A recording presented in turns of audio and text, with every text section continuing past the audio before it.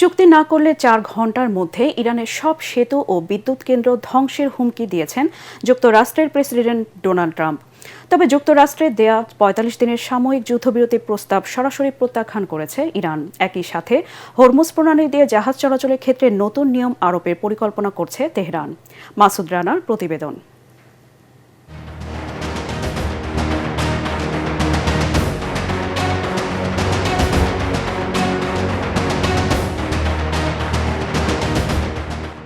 এক রাতেই ইরানকে গড়িয়ে দেওয়া সম্ভব বলে হুঁশিয়ারি দিয়েছেন মার্কিন প্রেসিডেন্ট ডোনাল্ড ট্রাম্প।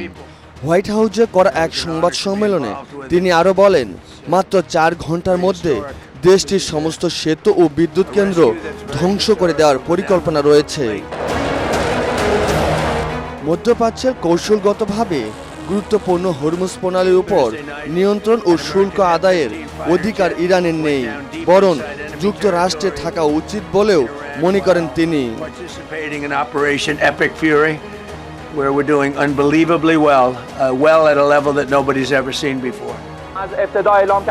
এমন হুমকি করা জবাব দিয়েছে ইরান।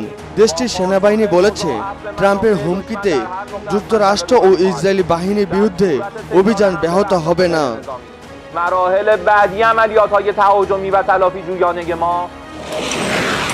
যুক্তরাষ্ট্রের দেয়া ৪৫ দিনে সাময়িক যুদ্ধবিরতির প্রস্তাব সরাসরি প্রত্যাখ্যান করেছে ইরান। ইরানের রাষ্ট্রীয় সংবাদ সংস্থা ইরনা জানিয়েছে, মধ্যস্থতাকারী দেশ পাকিস্তানের কাছে তেহরান তাদের ৫ দফার নিজস্ব শর্তাবলী দিয়ে একটি আনুষ্ঠানিক জবাব জমা দিয়েছে।